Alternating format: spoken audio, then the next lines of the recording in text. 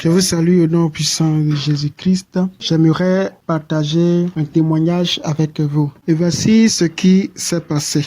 Un jour, nous étions allés dans un village, quelque part dans le village de notre mère. Et un dimanche matin, j'étais sorti de la maison sans rien dire à personne. Personne ne savait où j'étais allé. Et les gens ont commencé à demander d'après moi.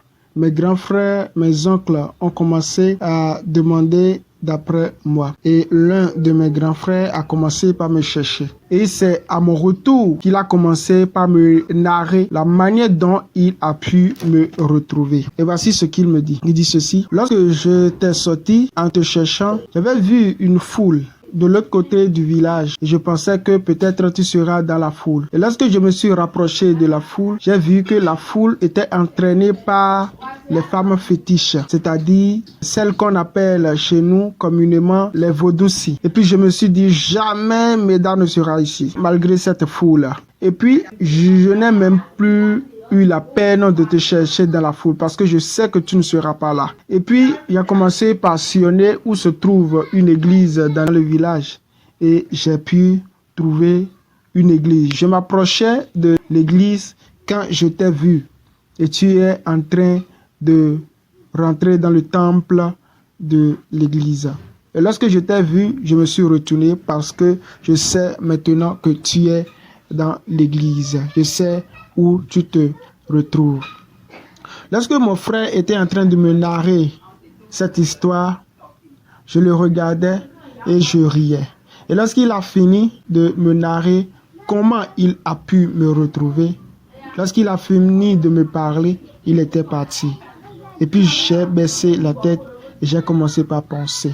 Comment se fait-il que lui, il est en train de me chercher et malgré qu'il y a une foule, il a dit que son petit frère Médard ne sera jamais dans cette foule. Malgré il y avait une foule, il y avait du spectacle. Mais pourquoi lui ne sera pas là? C'est parce que mon frère est convaincu que je suis un chrétien et que je marche sur la voie du chemin. Et que malgré cette foule, son petit frère ne sera pas là. Parce qu'il est convaincu que son petit frère est vraiment un chrétien. C'est quand il a cherché une adresse d'une église du village. Et c'est en venant là qu'il a pu me retrouver. Lorsque j'ai pensé à toutes ces choses, j'ai remercié le Seigneur.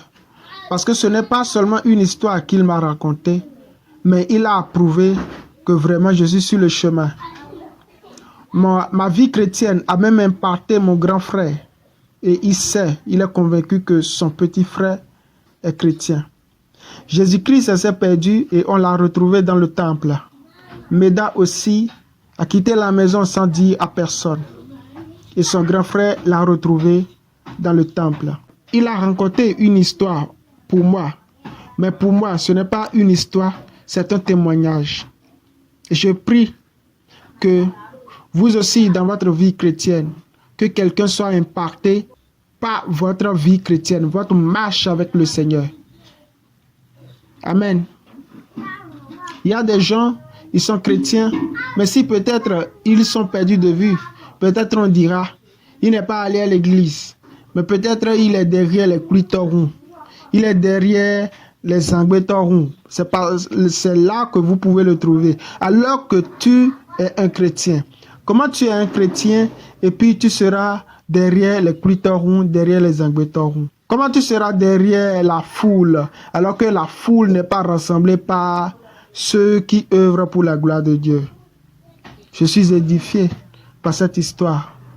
Je prie que quelqu'un aussi soit impacté par votre vie chrétienne. Que votre vie chrétienne ne soit plus une vie cachée, mais que quelqu'un témoigne que celui-ci est vraiment chrétien. Cela m'a vraiment édifié et j'aimerais partager cela avec vous. Que Dieu vous bénisse abondamment. Amen.